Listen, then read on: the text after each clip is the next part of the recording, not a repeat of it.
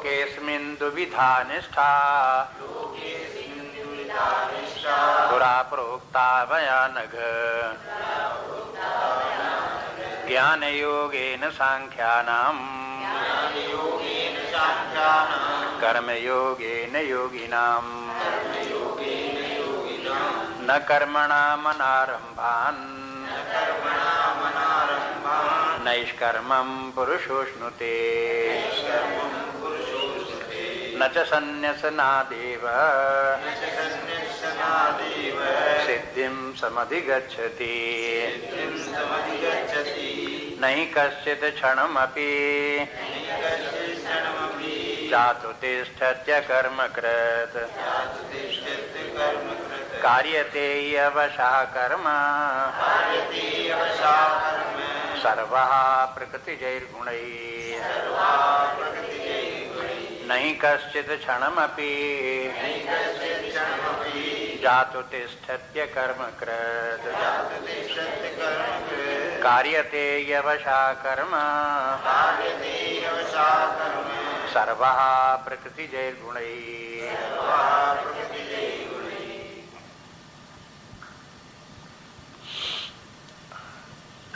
अब फिर स्मरण करें कि अर्जुन का प्रश्न क्या है और फिर भगवान उसका उत्तर कैसे दे रहे हैं। आध्यात्मिक विकास की दो मंजिलें, एक कर्म साध्य हो गई, एक ज्ञान साध्य हो गई। ज्ञान साध्य परमार्थ है, कर्म के द्वारा स्वर्ग तक प्राप्त कर सकते हैं। अब जो परमार्थ की मंजिल है उसको एक वो निष्ठा है, उस निष्ठा की दो मंजिलें हैं। पहले निष्काम कर्मयोग जिसके के द्वारा सिद्धि प्राप्त हो, चित्त शुद्ध प्राप्त हो, और फिर ज्ञान, ज्ञान के द्वारा शोधकारी हो, अपने अंदर ढूंढें, विचार करें, तत्व को समझें, परमात्मा क्या है, वास्तविक सत्य क्या है, उसकी खोज करें। ये क्रम इस प्रकार से, इसमें आध्यात्मिक साधना का क्रम इस प्रकार से है। अर्जुन ने पूछा कि जब अंततः ज्ञान प्राप्त करके परमात्मा ज्ञान ही प्राप्त करना है, मुक्ति ही प्राप्त करनी है, तो फिर कर्म करने की क्या जरूरत? चाहे धर्मकारी हो, चाहे निष्काम कर्मी हो, कर्म तो है ही है, कर्म क्यों किया जाए? तो उसका उत्तर चल रहा है। और ये उन सभी लोगों के लिए है जो लोग आध्यात्मिक साधना कर रहे हैं। वो हो भले ही उच्च स्तर की साधना, आत्मज्ञान, परमात्म ज्ञान प्राप्त करने के लिए प्रयास करें, लक्ष्य वही रखें, लेकिन जो उसके प्रारंभिक साधनाएं हैं जिनके द्वारा चित्त शुद्ध होती है, अंतः प्रवृत्ति अपने अंदर जागृत होती है, तत्व ज्ञान प्राप्त करने का अधिकार प्राप्त होता है, ऐसी योग्यता प्राप्त करने के लिए नीचे की साधनाएं व्यक्ति को निश्चय पूर्वक करते रहना चाहिए।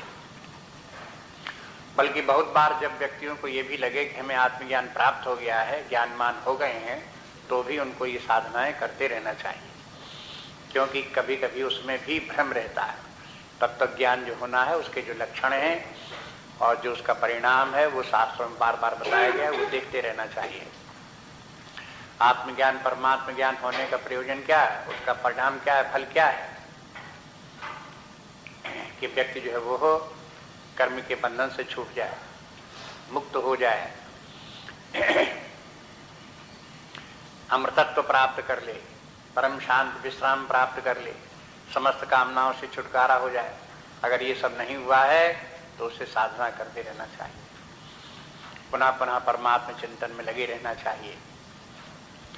इसलिए भगवान ये कहते हैं कि देखो ये दोनों, व्यक्ति को कर्म तो करना ही पड़ेगा, कर्म करेगा तभी, अगर निष्काम कर्म करेगा तो उससे सिद्धि प्राप्त हो जाएगी, और अगर वो हो सिद्धि प्राप्त कर लिया है तो ज्ञान के द्वारा फिर उसे निष्कर्म सिद्धि प्राप्त हो जाएगी, निष्कर्म प्राप्त हो जाएगा, परमार्थ उसे प्राप्त हो जाएगा, आत्मज्ञान, तत्व ज्ञान प्राप्त हो जाएगा।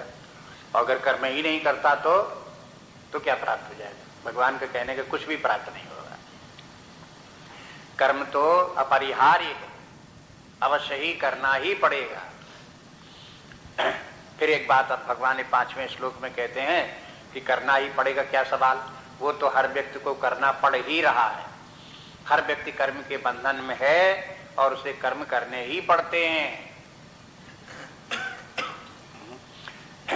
देखिए श्लोक के अर्थ को कि नहीं कश्चित क्षणमपि किसी भी क्षण में भी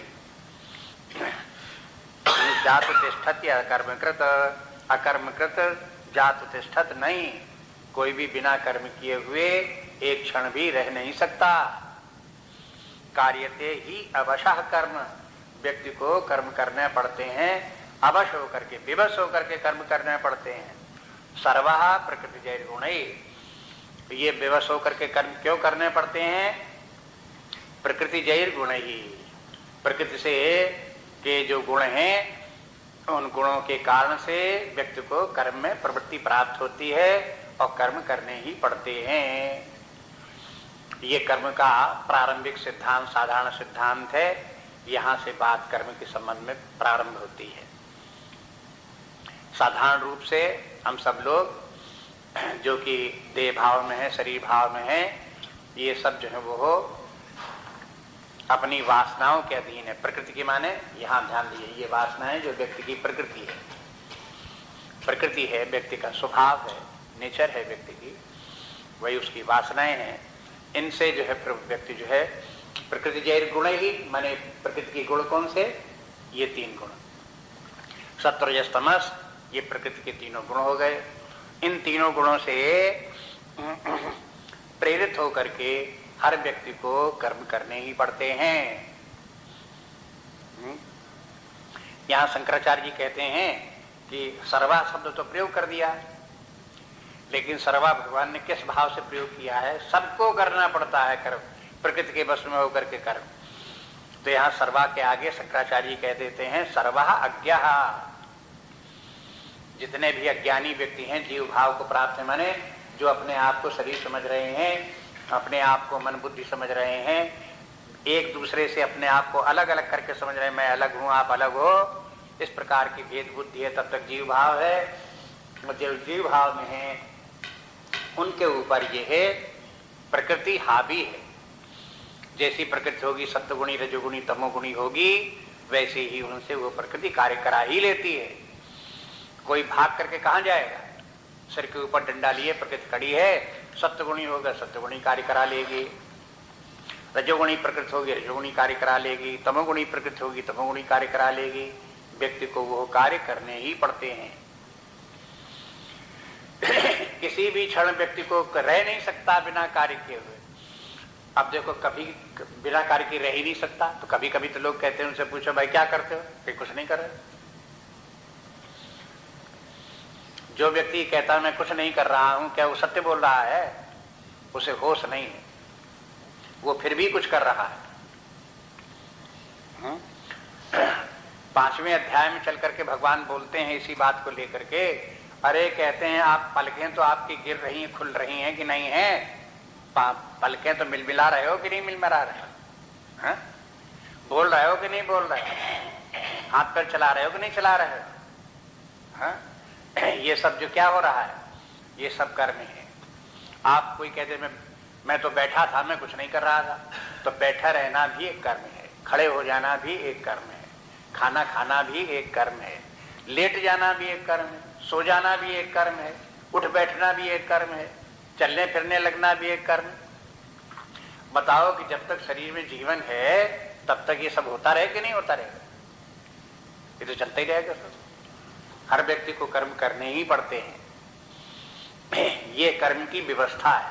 जीव जब तक जीव भाव में है तब तक वो कर्म के अधीन है, बिना कर्म किए एक क्षण भी रह नहीं सकता। तो इसलिए कोई कहे कि मैं काम नहीं करूंगा, तो ये तो शास्त्र को नहीं समझता, विचार नहीं किया। तो विचारहीनता की बहुत बातें आती रहती हैं, शास्त्र ये सुझाते रहते हैं, देखो कहां कहां तुम विचारहीन हो, कि तो मैं कुछ नहीं कर रहा हूं या मैं कुछ नहीं करूंगा। ये सब गलत बातें हैं, आप करोगे जरूर कुछ ना कुछ। जब आपको हर क्षण करना ही है तो अब कर्म में के सामने आपके सामने विकल्प भी है, चॉइस भी है। चॉइस ऐसा नहीं है कि आप कर्म करो तो जो जिस प्रकार की प्रकृति है उसी प्रकार का एक ही कार्य करोगे, दूसरा कर ही नहीं सकते, उसमें भी विकल्प है। अरे तमोगुणी व्यक्ति के सामने भी विकल्प है, रजोगुणी व्यक्ति के सामने भी विकल्प है, सत्वगुणी व्यक्ति के सामने भी विकल्प है। विकल्प तो है ही है। हो सकता है कि तमोगुणी आलसी स्वभाव का हो, मेहनत का काम ना करे, तो भी उसके सामने विकल्प तो है ही है, चाहे वो लेटा रहे चाहे बैठा रहे, ये दो विकल्प तो है ही है। कोई ऐसा थोड़ी है कि वो लेटा रहे तो लेटा ही रहे, बैठा रहे तो बैठा ही रहे।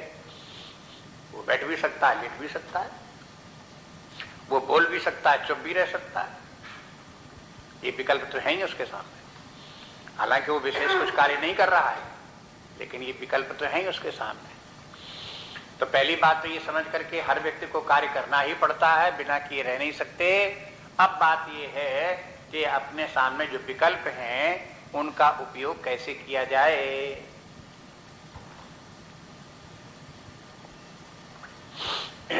अगर कोई व्यक्ति जो जिसके सामने जिसकी प्रकृति से कार्य करा रही है, उस कार्य को करते हुए व्यक्ति किस प्रकार से करे जो कर्म के द्वारा उसका विकास हो,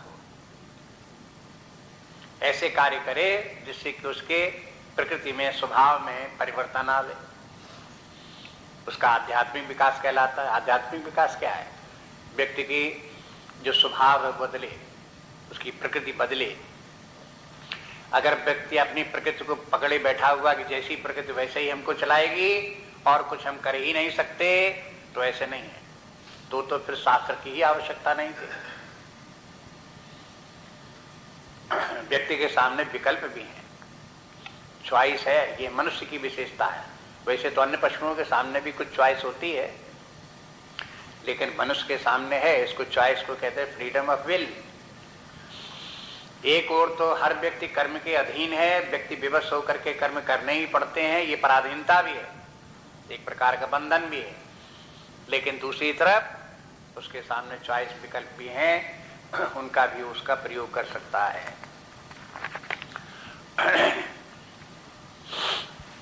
अब यहां पर ये कहते हैं विकल्प दो प्रकार के भगवान सामने रखते हैं, ज्यादा विस्तार नहीं करते। जब व्यक्ति को कार्य करना ही पड़ता है तो दो भगवान कहते दो विकल्प, या तो आप कामना इंद्रिय भोगों की कामना करो और उन काम्य पदार्थों को प्राप्त करने का प्रयास करो और उनका उपभोग करो, एक विकल्प तो ये है। और दूसरा विकल्प ये है कि इंद्रिय भोगों की कामना ना करो, जो अपना कर्तव्य कर्म है उसी कर्तव्य कर्म को करते रहो, फल की इच्छा फल की आसक्ति मत रखो, फल के ऊपर निर्भर मत हो। माने दूसरे शब्दों में, साधारण शब्दों में कह सकते हैं कि कर्म करने वाले व्यक्ति के सामने दो विकल्प हैं, चाहे वो सकाम कर्म करे और चाहे निष्काम कर्म करे। कोई ये कहे कि हमें तो सकाम ही कर्म करने पड़ेंगे, तो हो सकता है उस व्यक्ति को ऐसा लगता हो, सत्य कहता हो अपने हिसाब से। अगर तमोगुणी स्वभाव है, रजोगुणी स्वभाव है, तो उसे सकाम कर्म करने ही पड़ेंगे, ऐसा उसे लगेगा। लेकिन अगर कुछ सत्वगुण भी है और जिस समय सत्वगुण उसमें ज्यादा आ जाए, उस समय उसे समझ में आएगा कि निष्काम कर्म योग भी किए जा सकते हैं। और ऐसा नहीं कि मनुष्य में सत्वगुण बिल्कुल ना हो। मनुष्य शरीर प्राप्त हुआ है तो इसके मेरे सत्वगुण कुछ न कुछ जरूर है। यद्यपि मनुष्य रजोगुण प्रधान है, लेकिन उसके साथ सत्वगुण भी है ही है। इसलिए सत्वगुण के प्रभाव में व्यक्ति ये समझ सकता है कि हम निष्काम कर्मयोग भी कर सकते हैं। यदि कहीं व्यक्ति जो है वो सत्वगुण होता ही नहीं, केवल रजोगुण तमोगुण व्यक्ति में होता, तो वो पशुओं की तरह से, वृक्षों की तरह से कर्म के बंधन में अधिक होता और फिर उसके सामने सकाम निष्काम का विकल्प न होता। ये हो सकता था। लेकिन मनुष्य अन्य प्राणियों से विशेषता इसी बात की है कि इसमें सत्वगुण की अधिकता है, उसके कारण से व्यक्ति की बुद्धि अन्य प्राणियों की अपेक्षा ज्यादा विकसित है। सत्वगुण के कारण बुद्धि विकसित है। मनुष्य में सत्वगुण अधिक है, इसलिए उसके बुद्धि का भी विकास है। बुद्धि अन्य प्राणियों में भी है, लेकिन सत्वगुण की कमी होने के कारण उनकी बुद्धि का विकास नहीं है। मनुष्य के शरीर में सत्वगुण की अधिकता अधिक होने के कारण से बुद्धि का विकास है। जब बुद्धि का विकास है तो बुद्धि से वो अपने पूर्व अनुभवों के आधार पर, शास्त्र के वचनों के आधार पर, अपने पूर्वजों ने जो मार्गदर्शन दिखाया उसके आधार पर भला बुरा विचार भी कर सकता है और ये निर्णय ले सकता है कि हमको किस प्रकार से कार्य करना चाहिए, क्या करना चाहिए, क्या नहीं करना चाहिए। अब चूंकि यहाँ प्रसंग निष्काम कर्म योग का है, इसलिए भगवान ने सीधे सीधे दो विकल्प ले लिए, सकाम कर्म और निष्काम कर्म। लेकिन इसके पहले जो है शास्त्र में अन्यत्र देखेंगे, शास्त्र में जैसे 16वें अध्याय में देखेंगे चल करके, तो वहां दो प्रकार के व्यक्ति हैं, एक जिनको कि धर्म प्रिय है, दूसरे लोगों का धर्म। जहां इस प्रकार की स्थिति व्यक्ति होती है तो कर्म तो ये भी है, अधर्म के मार्ग पर चलना भी कर्म है और धर्म के मार्ग पर भी चलना कर्म है, और ये भी दोनों विकल्प हैं। तो प्रारंभिक विकल्प व्यक्ति के सामने धर्माधर्म का विकल्प है। मनुष्य को कर्म तो करनी पड़ेगा, चाहे अधर्म करो चाहे धर्म करो, चाहे सन्मार्ग पर चलो चाहे कुमार्ग पर चलो, चाहे नैतिकता अपनाओ चाहे अनैतिकता अपनाओ, कर्म तो करने ही पड़ेंगे। लेकिन पहला विकल्प व्यक्ति को यह है कि धर्माधर्म का विचार कर लो, क्या धर्म है क्या अधर्म है, क्या सदाचार है क्या दुराचार है, क्या जीवन का सही रास्ता क्या है, गलत रास्ता क्या है। इस विकल्प को देख लो।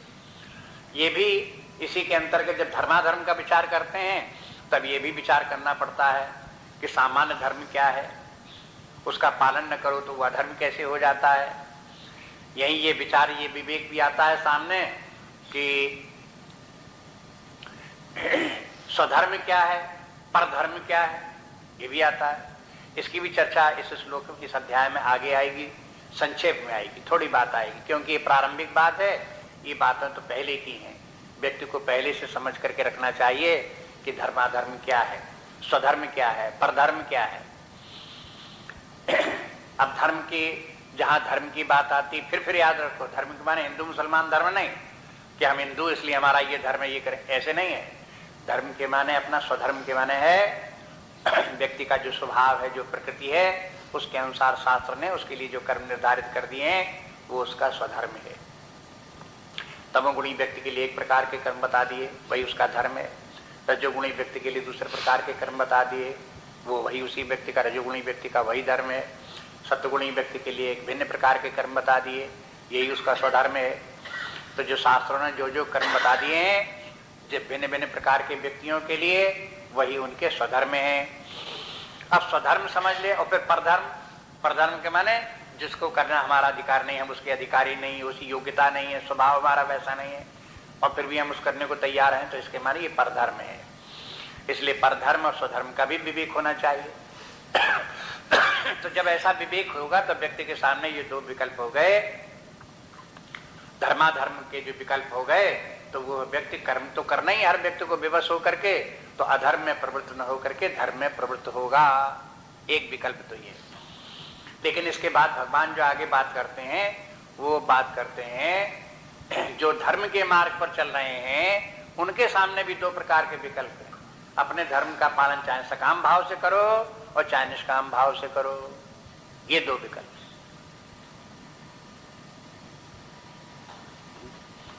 देखिए अगला श्लोक, 6वां श्लोक देखिए। कर्मी इंद्रियाणि संयम्य यास्ते मनसा स्मरन् इंद्रियार्थेन विमूढ़ात्मा मिथ्याचारः स उच्यते। कर्मी इंद्रियाणि संयम्य यास्ते मनसा स्मरन् इंद्रियार्थान् विमूढ़ात्मा मिथ्याचारः स उच्यते।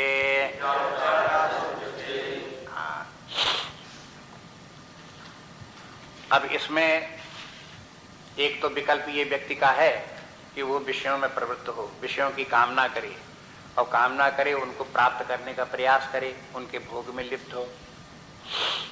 एक और भी विकल्प बीच में आया, वो श्लोक ये बात को स्पष्ट कर देता है, वो ये कि जो व्यक्ति निष्कामता का अभ्यास करेंगे, कि निष्काम भाव से कर्म करें, अनासक्त भाव से कर्म करें, उनकी निष्कामता भी दो प्रकार की होगी। एक तो बाह्य निष्कामता और एक दूसरी आंतरिक निष्कामता।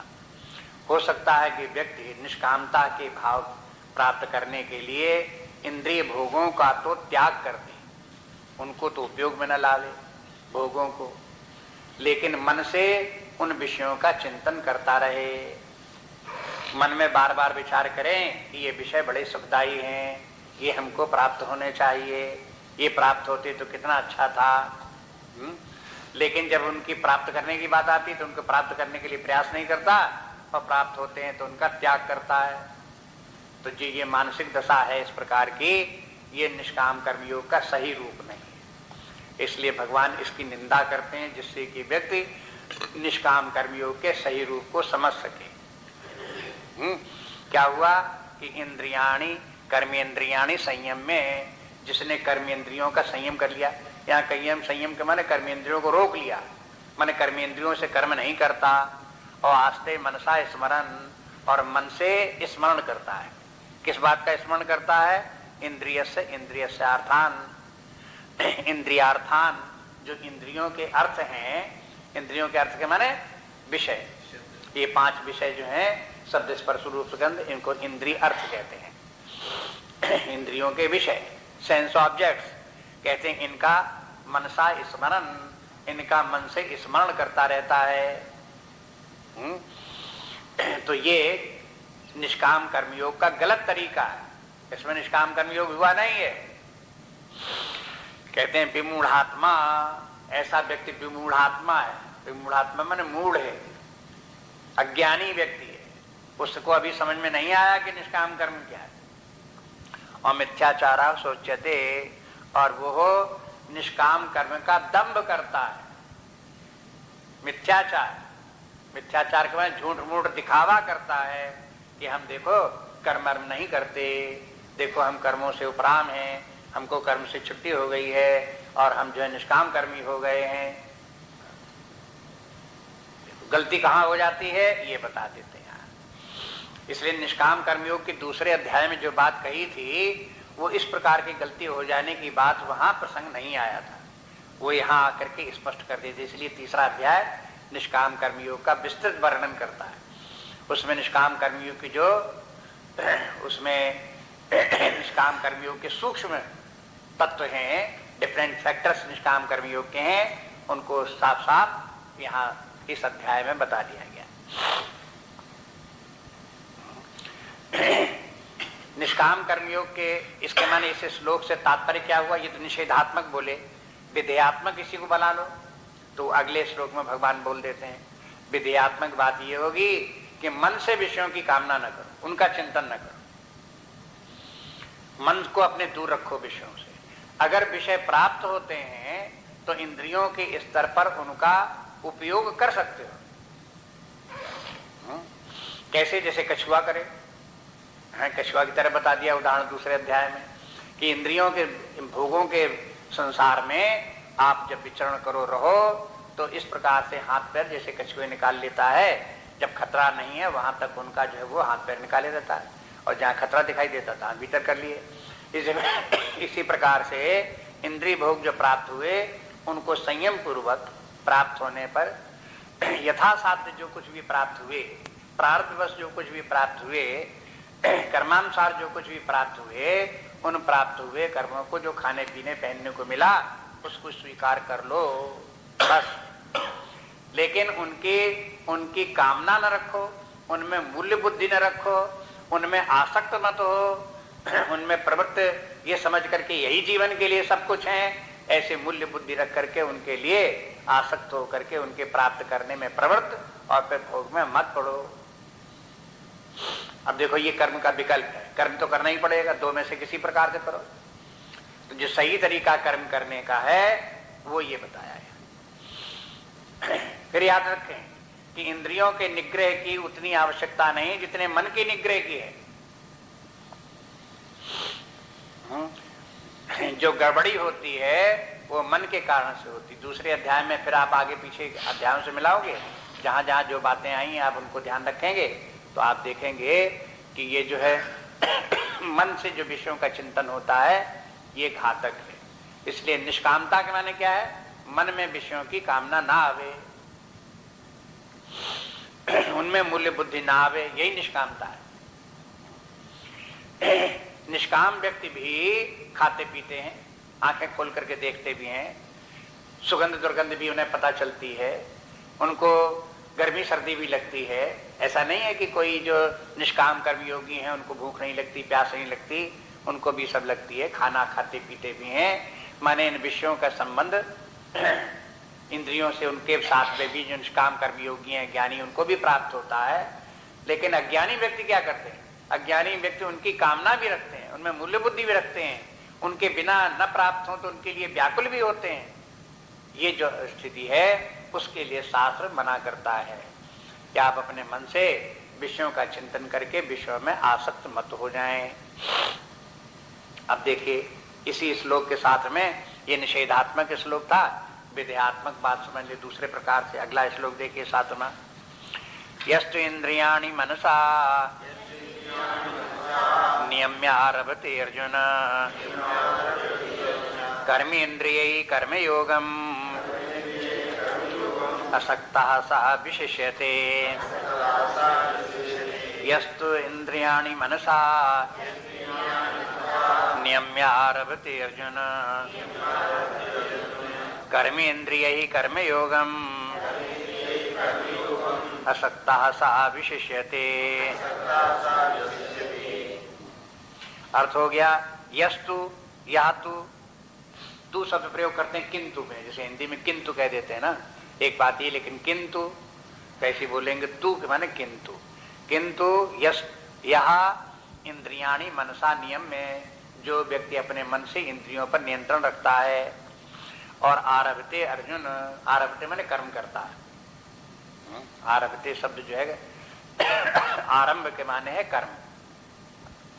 आरभते माने कर्म कुर्ते, जो व्यक्ति कर्म करता है।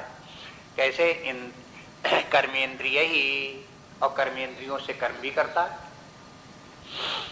कर्मयोगम, तो कहते हैं उसका कर्मयोग हो गया। और फिर वो कैसा हुआ? असक्ता, ये असक्त हुआ। असक्त के माने क्या? अनासक्त हुआ। असक्त संक्षेप है, पूरा शब्द हो गया अनासक्त। मन से विषयों के प्रति अनासक्त रहते हुए और इंद्रियों पर संयम रखते हुए व्यक्ति कर्म करता है और जो विषय भोग प्राप्त होते हैं उन विषय भोगों को प्राप्त भी करता है। ऐसा संयमी व्यक्ति और मन से विषयों के प्रति निष्काम भाव रहने वाला, अनासक्त रहने वाला व्यक्ति, जो पहले मूल व्यक्ति जिसको कि पिछले श्लोक में बताया था, उसकी अपेक्षा श्रेष्ठ है। सह विशिष्यते, सह विशिष्यते के माने ये श्रेष्ठ है, इसमें विशेषता है। अब इसमें भी देखे एक शब्द इसमें भी लुप्त है, वो अपनी तरफ से जोड़ना पड़ता है। ये आचार्य लोगों ने बीच बीच में इनके शब्दों को जोड़ करके स्पष्ट किया है। सा विशिष्यते के माने सा मिथ्याचारात् विशिष्यते, मिथ्याचारी की अपेक्षा यह व्यक्ति श्रेष्ठ है। सा विशिष्यते के माने ये नहीं कि वो सबसे श्रेष्ठ है, ऐसे नहीं है। अरे भाई, पहले निष्काम कर्मयोगी होगा, फिर आत्मज्ञानी होगा, परमात्म ज्ञानी होगा, ब्रह्म भाव को प्राप्त होगा तो और श्रेष्ठ भी आगे हैं। ये अंतिम स्थिति नहीं है। लेकिन विशेषते माने कुछ तो विशेषता है ही है। वैसे कह सकते हैं श्रेष्ठ है, विशेषता माने श्रेष्ठ है। अगर धर्माधर्म का विचार करें तो अधर्मी व्यक्ति से धर्म के मार्ग पर चलने वाला व्यक्ति श्रेष्ठ है, लेकिन सर्वश्रेष्ठ नहीं है, श्रेष्ठ है। और धर्म के मार्ग पर चलने वाला जो है वो सकाम भाव से धर्म में प्रवृत्त है, इंद्रिय भोगों में प्रवृत्त है, इसलिए श्रेष्ठ नहीं है। फिर श्रेष्ठ कौन है? जो फिर इनकी कामना, विषयों की कामना रखता नहीं, निष्काम भाव से अपने धर्म का पालन करता है और उनका धर्म का पालन करते हुए, निष्काम रहते हुए भी जो उसे इंद्रिय भोग, यश, कीर्ति, स्वर्ग आदि प्राप्त होते हैं, अनासक्त भाव से उनको ग्रहण करता है, वो विशेष है। निष्काम कर्मयोगी विशेष हो गया। अब फिर आगे बताएंगे निष्काम कर्मयोगी से भी ज्यादा श्रेष्ठ कौन है, तो जहां बात आएगी वहां बताएंगे। अभी प्रसंग जहां चल रहा था वो एक विमूढ़ात्मा की बात चल रही थी, जो मन से विषयों का चिंतन करता है और ऊपर से ये दिखाता है कि हमें तो विषयों में आसक्ति है ही नहीं, मैं तो बिल्कुल निष्काम कर्मयोगी हूं। ऊपरी ऊपरी जो है वो विषयों का त्याग दिखाता है। इसको बोले विमूढ़ात्मा और मिथ्याचार। ये दंभ हो गया, पाखंड हो गया, दिखावा हो गया। एक दंभ शब्द है, दम्भ के माने व्यक्ति में जो गुण योग्यता न हो वो दूसरों को दिखाने की कोशिश करे, उसे कहते हैं दम्भ। धर्म तो के मार्ग पर चलता नहीं, लेकिन दूसरे लोगों को दिखाता है कि मैं धर्मात्मा। निष्काम कर्मयोग तो करता नहीं, दूसरों लोगों को दिखाता है कि मैं निष्काम कर्मयोग। ये दम्भ है। ज्ञान व्यान तो है नहीं, दूसरे को दिखाता है कि मैं ज्ञानी हूं। ये दम्भ। दम्भ से संबंध हो गया पाखंड का, माने जो दम्भी व्यक्ति है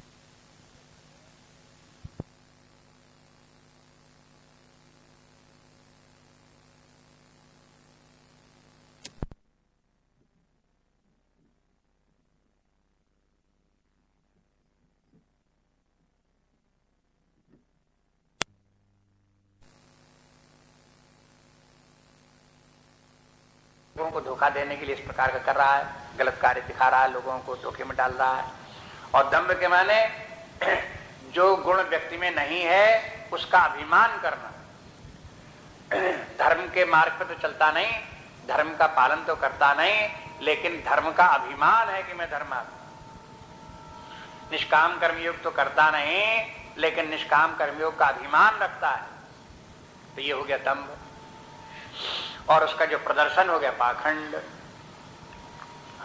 जहां उसने वो धर्म का प्रदर्शन करने लगा ऊपरी ऊपरी, तो हो गया पाखंड। इसी प्रकार निष्काम कर्मयोगी तो है नहीं, निष्काम कर्मयोग दिखाने लगा दूसरे लोगों को, तो ये हो गया पाखंड। इसलिए कहने का तात्पर्य ये कि व्यक्ति को सुधार करते रहना चाहिए। इन श्लोकों के द्वारा व्यक्ति अपना इंट्रोस्पेक्शन करे, अंतः निरीक्षण करे, ये देखे कि हमारे अंदर क्या दशा है, शास्त्र क्या कहते हैं, और जिस गलती की तरफ शास्त्र हमें पॉइंट आउट करते हैं, संकेत करते हैं, उनमें कहीं कोई हमारे अंदर वास्तविक कमी तो नहीं है। अगर है तो हमें अपने आप अपने कल्याण के लिए उसका सुधार कर लेना चाहिए। ये दंभ और पाखंड व्यक्ति का विकास नहीं करते, उनसे आध्यात्मिक विकास नहीं होता। ये तो दुर्गुण है, दोष है। कोई दोषों को जीवन में धारण करके और दोषी बन करके और चाहे कि अध्यात्म में विकास कर जाए, तो ऐसे विकास नहीं कर सकता। वो तो दंभ और पाखंड व्यक्ति को अधोगति में ले जाने वाले, उनका विनाश करने वाले। जितने भी दुर्गुण हैं वो व्यक्ति का विनाश करने वाले, कोई भलाइयां नहीं उनमें, दुर्गुणों में तो दोष ही दोष है। इसलिए दंभ और पाखंड जैसे दोष से भी बचना चाहिए। जो सत्य बात है, यथार्थ बात है, उसको देखें। इसलिए सरल स्वभाव के माने क्या है? Straight forward. जैसा अपने आंतरिक दशा है उसी प्रकार से व्यवहार भी करें, वैसे ही बाहर भीतर एक सा रहे, तो इसके माने वो सरल स्वभाव का व्यक्ति है। जैसे अर्जुन है, अर्जुन इसका उदाहरण है। अर्जुन में एक विशेष गुण ये है कि वो सरल स्वभाव का है, स्ट्रेट फॉरवर्ड। वो दंभ उसमें नहीं है, पाखंड उसमें नहीं है, ये गुण और ये दुर्गुण अर्जुन में नहीं है। इसीलिए यही देख करके अर्जुन का नाम रखा गया अर्जुन। एक शब्द संस्कृत में रिजु, रिजु, रिजु को माने सीधा सरल। जैसे हिंदी में जिन्होंने ज्योमेट्री पढ़ी होगी वो जानते हैं कि रिजु कोण होता है। रिजु कोण माने 180 डिग्री की सीधी लाइन, ये उसमें जो हो गई, उसमें जो है वो रिजु कोण हो गया। रिजु माने सीधा सरल। और अरिजु कर दिया, अरिजु का माने जो टेढ़ा हो। और अरिजु में अगर एक बार एक निषेधात्मक शब्द और लगा दो ना, तो अब क्या हो गया? फिर सीधा हो गया है? तो कहते हैं अरिजु ना, जो टेढ़ा ना हो उसका नाम अर्जुन। तो अर्जुन देखो इस प्रकार से स्ट्रेट फॉरवर्ड है, सीधा है, सरल है, उसमें टेढ़ेपन की बात नहीं, उसमें दम्भ नहीं है, उसमें पाखंड नहीं है। इसलिए अर्जुन के मन में जहां शंका आती है तो वो अपनी शंका को भी छिपाता नहीं, भगवान से पूछ लेता है कि भगवान ये बात समझ में नहीं आई, बता दो। लेकिन कभी कभी ऐसा होता है अर्जुन के स्थान में जो सरल स्वभाव के व्यक्ति नहीं होंगे वे पूछने से कतराते हैं, पूछेंगे नहीं। अरे पूछेंगे तो लोग क्या कहेंगे, देव इनको ये भी पता नहीं है? तो अपने अज्ञान को छिपाए रख करके अपने आप को ज्ञानी दिखाने के कारण से पूछते ही नहीं, अपनी शंका का समाधान ही नहीं करते। भ्रांतियों में पले रहेंगे लेकिन भ्रांतियों को दूर नहीं करेंगे। उनके भीतर क्या है, कुंठा बैठी हुई है कि जब हम पूछेंगे कि हमें ये बात नहीं समझ में आती तो लोग कहेंगे अरे आपकी समझ नहीं आती। हमारा अज्ञान प्रकट होगा तो अपने अज्ञान को छिपाए रखना चाहते हैं और ज्ञानी दिखाना चाहते हैं कि सब लोग यही समझे हम बड़े ज्ञानी हैं। ज्ञानी होने के कारण हम पूछते नहीं, हम तो सब समझते हैं, हम क्या पूछें। तो इस प्रकार की जो बात है वो ये टेढ़ेपन की बात है। तो ये सब इनको धीरे धीरे करके अपने मन में जो शास्त्र जैसा बताते हैं सावधानी से समझना चाहिए। इसलिए शास्त्रों को समझने के लिए बड़ी व्यवस्था चाहिए, अपने आप में बड़ी शांति के साथ में, धैर्य के साथ में इन सब बातों को समझे और समझ करके इनको अपने आप अपने भीतर देखे और उनके सुधार करने का प्रयास करें। ये जल्दी वल्दी के काम नहीं।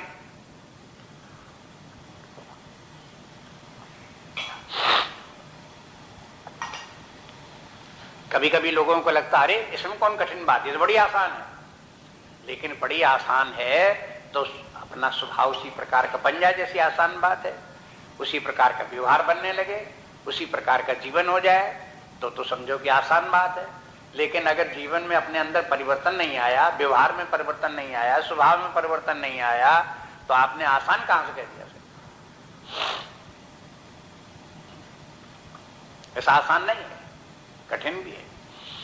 समझना एक प्रकार से आसान भी है, लेकिन तद्रूप बनना, उस स्थिति को प्राप्त करना तो कठिन है ही है।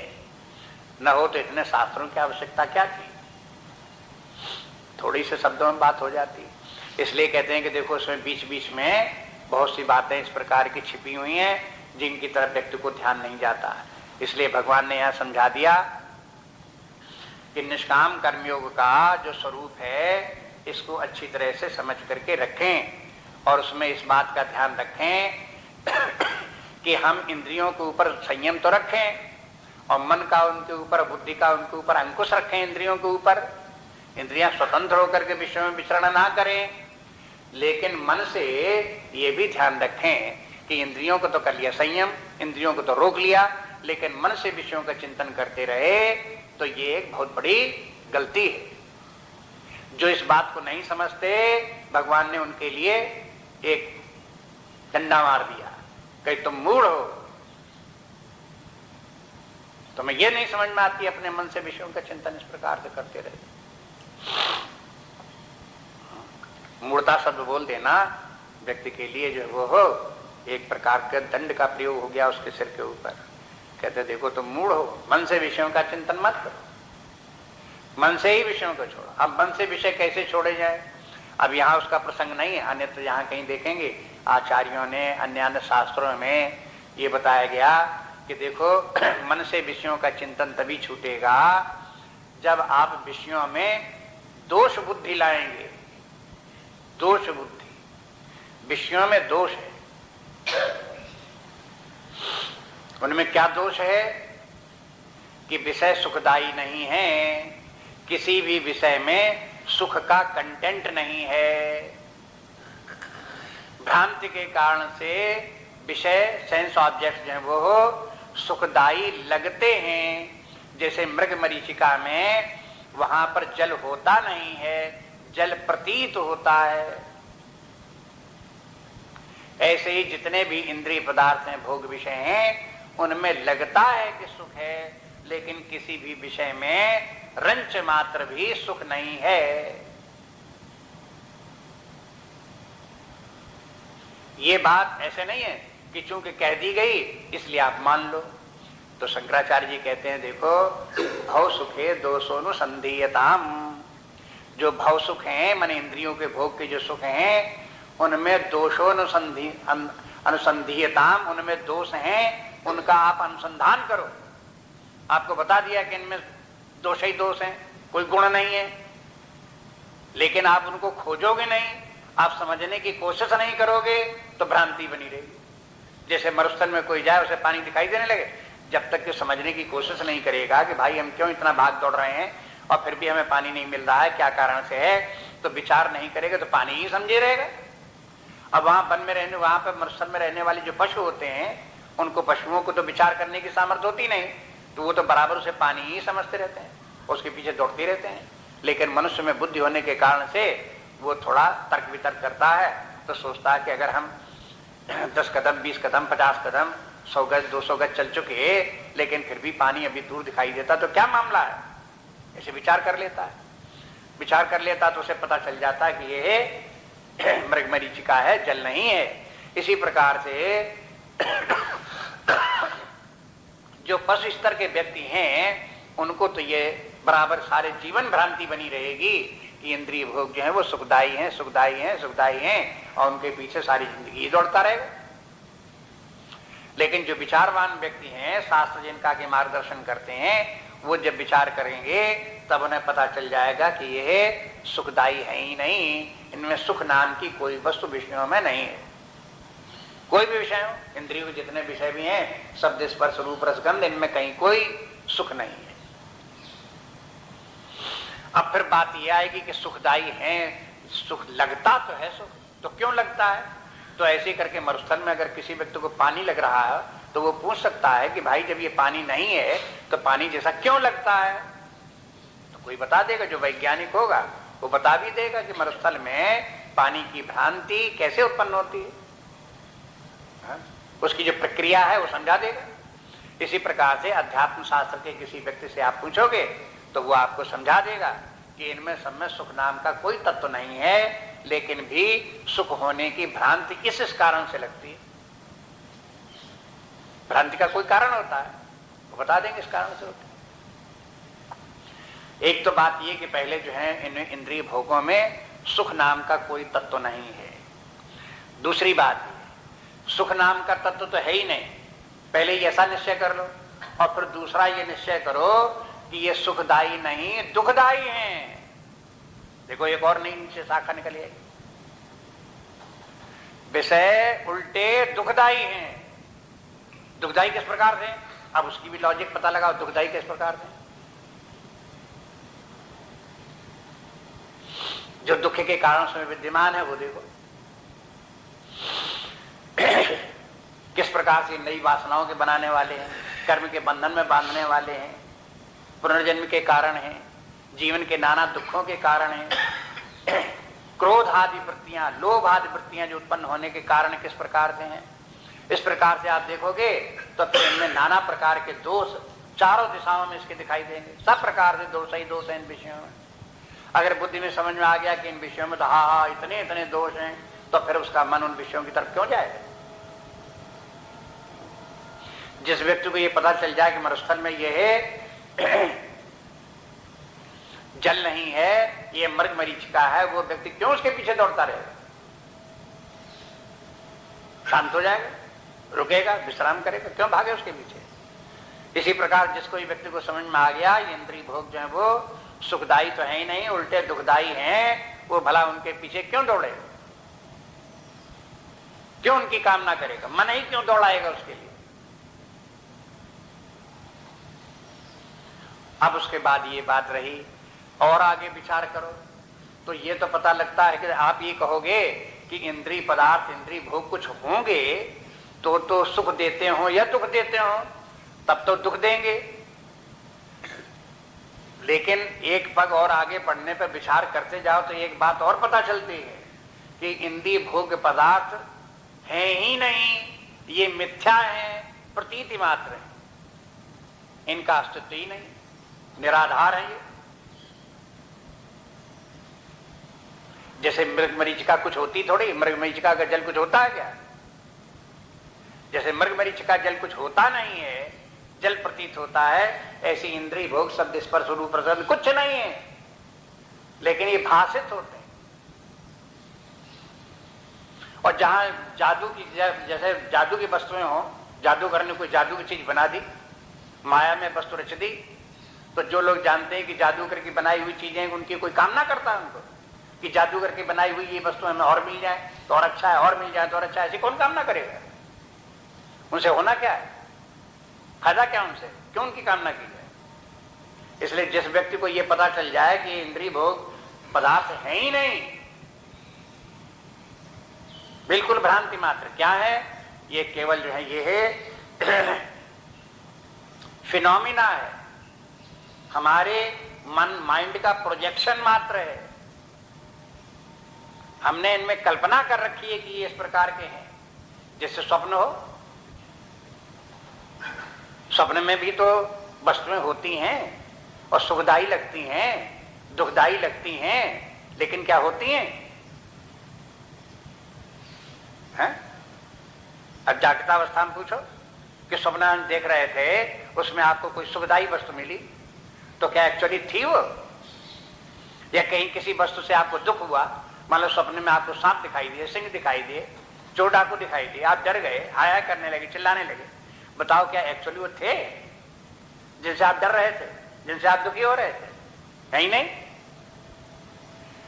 कहोगे वो तो स्वप्न की बात है, स्वप्न की तो नहीं है, लेकिन जागृत अवस्था में तो है। अब ये विचार करो तो आप पता लगे जागृत अवस्था भी नहीं है वो। लेकिन ये सब विचार करने के लिए व्यक्ति में क्षमता चाहिए, विचार करने की योग्यता चाहिए, बुद्धि इतनी सूक्ष्म बारीक हो कि उनके जो तर्क हैं, शास्त्र के जो प्रमाण हैं, उनको बुद्धि ग्रहण कर सके, एप्रिशिएट कर सके। हाँ ठीक तो कहते हैं, जिनके व्यक्तियों की बुद्धि में इनको एप्रिशिएट करने की, इनको समझने की सामर्थ्य नहीं, वो कहेंगे कि देखो हमको फुसलाने के लिए खाम खाम उल्टी सीधी बातें कर रहे हैं। हम तो प्रत्यक्ष देख रहे हैं सुखदाई, हम तो देख रहे हैं प्रत्यक्ष, ये बिल्कुल आए।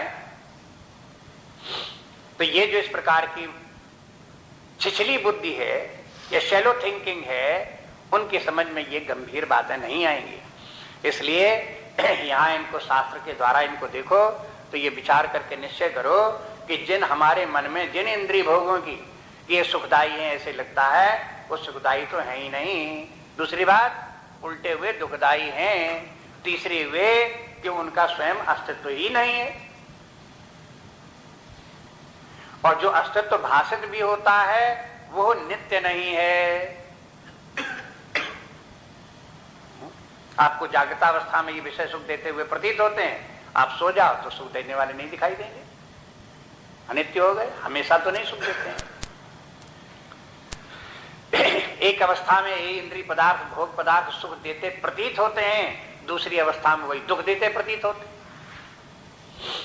इस प्रकार के भी प्रयोग कर करके देखते रहो। स्वामी जी जैसे दिखाते हैं, मान लो कई व्यक्ति को लड्डू बहुत अच्छे लगते हो, बड़े स्वादिष्ट लगते हो, ठीक है अच्छे लगते हैं, खा के देखो आप, 1 2 4 10 लड्डू खा के देखो। 10 लड्डू जब आप खा लोगे तब आपको फिर देखेंगे कि जैसे पहला लड्डू आपको प्रिय लग रहा था, स्वादिष्ट लग रहा था, अब 10वां लड्डू नहीं लगेगा। और 11वां लड्डू अगर खाने को आपसे कहा जाए कि भाई आपको 10 रुपए और देंगे, 1 लड्डू और खा लो, तो आपको क्या लगेगा? अगर 11वां लड्डू 12वां लड्डू और खाने के लिए कहा जाए और 100 रुपए देने के लिए कहा जाए तो अब कैसा लगेगा? अब तो प्राण निकलने लगेंगे व्यक्ति को, उसके बाद आगे की जो है वो लड्डू से दुख देने लगेंगे। तो आप देखो कि इनकी सुखदायकता जो लगती है वो भी सदा एक समान रहती नहीं है। इसलिए न तो ये इंद्रिय भोग पदार्थ सत्य हैं, न इंद्रिय भोग पदार्थ नित्य हैं, न इंद्रिय भोग पदार्थ सुखदायी हैं। फिर हैं कैसे? दुखदायी। इनका बार बार चिंतन करो, ध्यान करो, बैठे बैठे सवेरे से शाम तक बार बार अभ्यास करो, खूब अभ्यास करो कि सब दुखदायी है, सब दुखदायी है। और जहां इस प्रकार के जो चित्त में चढ़ गया ये कि ऐसे ही हैं, तो चित्त उधर की तरफ से विमुख हो गया। तब ये पूछे कि भाई तो आखिर सुख कहाँ है, शांति कहाँ है? हम जो चाहते हैं इन विषयों में प्राप्त नहीं होगी तो कहाँ प्राप्त होगी? तब आपका ये प्रश्न आएगा, तब बताएंगे। आप अपने हृदय में अपने अंदर में देखो, वहीं पर आपका साक्षी है, आत्मा है, परमात्मा है, ब्रह्म है, जिसका कि लक्षण सच्चिदानंद स्वरूप है। वो आनंद स्वरूप परमात्मा आप अपने अंदर देखो, वहीं आपका वास्तविक आनंद वहीं है, वहीं नित्य आनंद वहीं पर है। एक बार वो आनंद आपको प्राप्त हो गया तो वो आनंद सदा आपको प्राप्त रहने वाला है, सदा उसी आनंद में आप रहेंगे। ये बात फिर बाद में तब बात में आएगी। लेकिन जिन लोगों को इंद्रिय भोग ही सुखदायी लग रहे हैं और सारे सुबह से शाम तक उन्हीं का चिंतन करते रहते हैं, उन्हीं की कामना करते रहते हैं, उनके सामने आत्मा परमात्मा के आनंद का कोई प्रश्न नहीं है, न उनके मन में आएगा, और आएगा आने के सवाल ही नहीं। अगर कोई दूसरा बताने की भी कोशिश करेगा तो ध्यान ही नहीं देंगे। क्या करना हमको?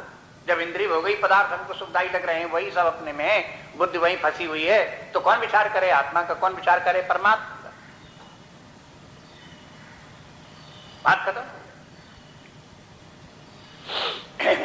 इसलिए जो है यह प्रारंभिक साधना, यह निष्काम कर्मयोग इसलिए वैराग्य उत्पन्न करता है।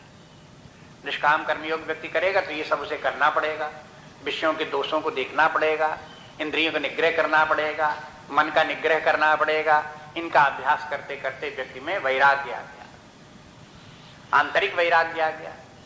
मन, बुद्धि, चित्त ये सब विषयों की तरफ से, सांसारिक भव सुखों की तरफ से परांगमुख हो गए, परमात्मा की तरफ उनकी दृष्टि हो गई, इधर की तरफ से बिल्कुल हट गए। इसका नाम है वैराग्य। जब तक परमात्मा की तरफ अभिमुख नहीं हुए, जगत की ही वस्तुओं में, इंद्रिय विषयों में, भौतिक सुखों में ही प्रीत रही, तब तक वैराग्य नहीं है, आसक्ति है। यदि यश कीर्ति की कामना रही तो वो भी आसक्ति है, वैराग्य नहीं है। यदि स्वर्ग की कामना रही तो वो भी आसक्ति है, वैराग्य नहीं। अब अपने आप में देखते रहें कि हमारे सम्मान की कामना हमारे मन में है कि नहीं है, यश कीर्ति की कामना हमारे मन में है कि नहीं है। हम प्रशंसा लोग बात करते हैं तो हमें कैसा लगता है, ये भी सब देखते रहो। ये सब साधना है। साधना के माने केवल यही नहीं कि नाम जप करते रहो, आंखें बंद के ध्यान करते रहो। अरे साधना के माने ये भी है कि आप ये भी देखो कि अगर दूसरे हमारी प्रशंसा कर रहा है तो हमको कैसा लग रहा है। कहते बड़ा अच्छा लगता है, प्रशंसा कोई करेगा तो अच्छा लगेगा भाई, आपको नहीं अच्छा लगेगा, आपको भी अच्छा लगेगा, हमको भी अच्छा लगता है। तो जो प्रशंसा कोई करता है, जो अच्छा लग रहा है, ये विषयासक्ति है।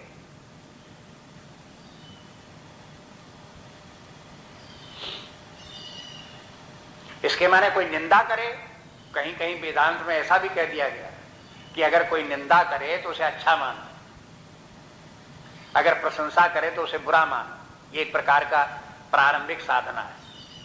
निंदा सुनो, एक अभ्यास करो। जैसे इसे निंदा करे कोई व्यक्ति तो उसको सुनो, सहन करो, समझो कि हाँ ये ठीक। यदि कोई व्यक्ति जो है सम्मान ना करे, उधर ध्यान न दे, तो कहते यही ठीक। अगर सम्मान करने लगा और सुख देने लगा तो माने क्या हुआ, आसक्ति और बंधन, आ गए नीचे, गिरे आकर के नीचे। हमें जिस ऊंचाई पर ऊपर जाना चाहिए तो वहां से रह गए।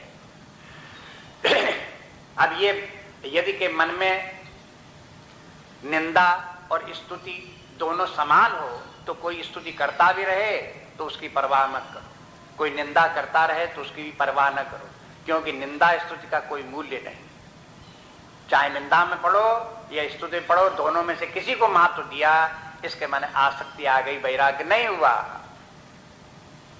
अगर कोई निंदा भी करता है और निंदा करने से दुख हुआ तो समझ लो कि अभी हम आसक्तियों में पड़े हुए हैं।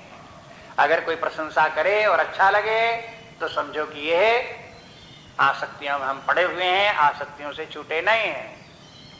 अगर कोई आदर करे, आदर करने पर अच्छा लगे, तो इसके माने आसक्ति के जाल में हमारा चित्त फंसा हुआ है, हम उससे छूटे नहीं। अगर कोई अनादर करे, उपेक्षा करे और उससे दुख लगे तो इसके माने कि बंधन में है, आसक्तियों में है। ये विचार करो, बार बार देखो, ध्यान दो इनको। इसलिए बार बार ये कामना मत करो कि मुझे आदर प्राप्त होना चाहिए, मेरा सम्मान प्राप्त होना चाहिए, मेरी प्रशंसा होनी चाहिए। ये सब इस प्रकार की ये है। ये तो वैसे ही है जैसे कि बच्चों को मिठाई चाहिए, जीव को स्वाद चाहिए। बस इसी प्रकार से ये भी है कि हमें आदर चाहिए, हमें सम्मान चाहिए, हमें प्रशंसा चाहिए। ये मिठाई की तरह से कामना, ये सब दुखदायी है।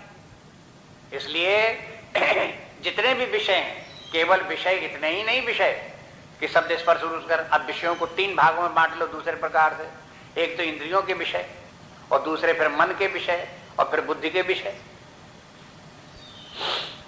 मन के विषय में आपको बता दिया, आदर अनादर, प्रशंसा, स्तुति, ये सब जो है सबके सब जो है ये मन के विषय हैं। इसी प्रकार बुद्धि के विषय, बुद्धि के भी विषय हैं। हर व्यक्ति को अपनी अपनी बुद्धि में कुछ मान्यताएं हैं, कुछ वो अपने निर्णय ये किए हुए कि ऐसा ही सही है, और उस जो मान्यताएं हैं उन मान्यताओं में भी आसक्ति है, अटैचमेंट है। वो समझता जो मैं समझता हूं ठीक है, बाकी और दुनिया में कोई नहीं समझता। मेरे सामने भला और कौन समझ सकता है? जो मैं समझूंगा वही तो ठीक है, बाकी दूसरे लोग कहां समझ सकते हैं ठीक। ऐसी धारणा जिन व्यक्तियों की है वे लोग भी आसक्ति में पड़े हुए हैं, अटैचमेंट में पड़े हुए हैं, वो भी बंधन में है। वो इससे अगर छूटते नहीं है तो आगे उनकी गति नहीं होती। आत्मज्ञान, परमात्म ज्ञान, तत्व ज्ञान वैराग्यवान व्यक्तियों को ही होता है। यह अपने सिद्धांतों में, मान्यताओं में आसक्त होना और उसके लिए खामखा जबरदस्ती करके दूसरों को मनवाना, दूसरे लोगों के ऊपर थोपना उसी बात को, और उसके लिए बहस करना, उसके लिए झांझाएं करना, ये सब का सब व्यक्ति की आसक्ति और उसकी मिथ्या धारणाएं और उसके अधोगति का लक्षण ये सब। इसलिए उनसे भी छुटकारा प्राप्त कर। केवल इंद्रियों से ही के दोषों को मत देखो, अपने मन के जो विषय हैं उनके दोषों को भी देखो, जो बुद्धि के विषय हैं उनके भी दोषों को देखो, और इन सबके दोषों को देख करके सबसे छुटकारा था। प्रकृति माया जाल तो सब जगह फैला हुआ है, बुद्धि के स्तर भी फैला हुआ है, मन के स्तर भी फैला हुआ है, इंद्रियों के स्तर भी फैला हुआ है। ये सभी विषय हैं, अलग अलग इंद्रियों के, बाह्य इंद्रियों के ये विषय हैं, अंतः इंद्रियों के, अंतःकरण के, मन बुद्धि के ये अपने विषय हैं, इनको भी देखो। इसी प्रकार से अहंकार भी है, उसकी बात आगे भगवान अनित्र कहेंगे, इसलिए अहंकार की बात को अभी छोड़ दो, वो भी एक समस्या है। इनमें सब में कि ये अहंकार भी व्यक्ति को रखना, शरीर में अहंकार रखना, शरीर से संबंध रखने वाले परिवार में, पुत्रों पौत्रों, धन संपत्ति, इन सब वस्तुओं में भी व्यक्ति का अहंकार रखना, अभिमान रखना, ये सब का सब उस व्यक्ति के लिए बंधनकारी है। ये सब के सब घसीट के उसे नीचे की तरफ ले जाने वाले हैं, ये कोई छुटकारा दिलाने वाले नहीं है।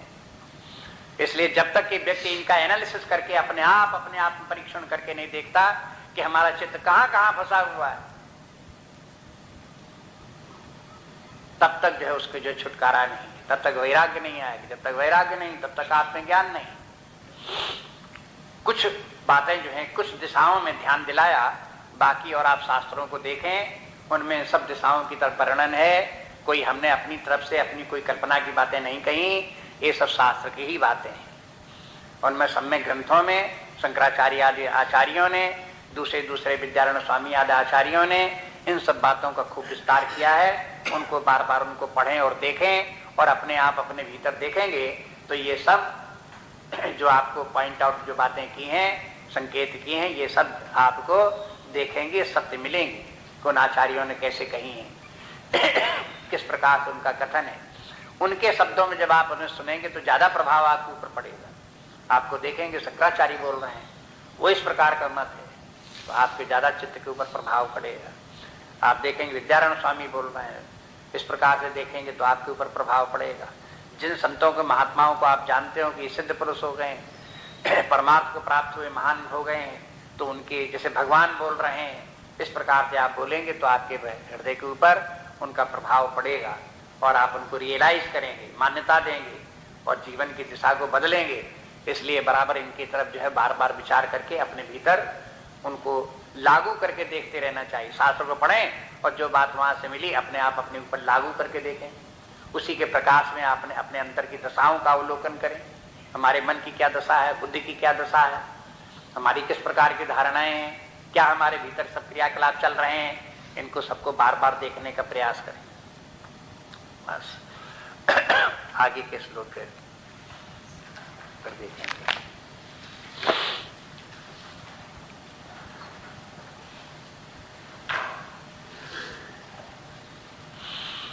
श्री राम जय राम जय जय राम,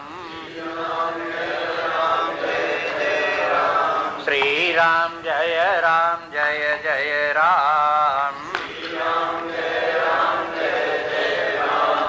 राम जय जय राम,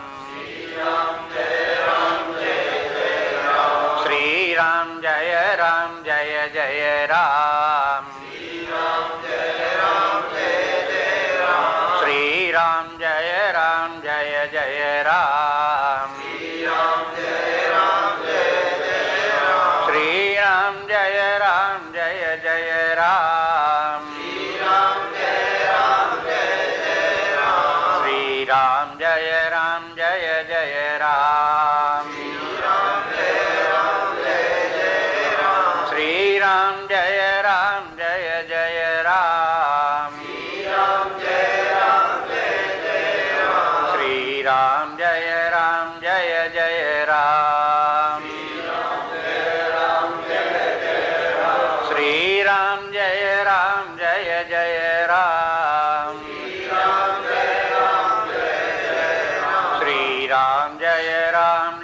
जय राम, श्री राम जय जय राम, श्री राम जय जय राम, श्री राम जय जय राम, श्री राम जय जय राम, श्री राम जय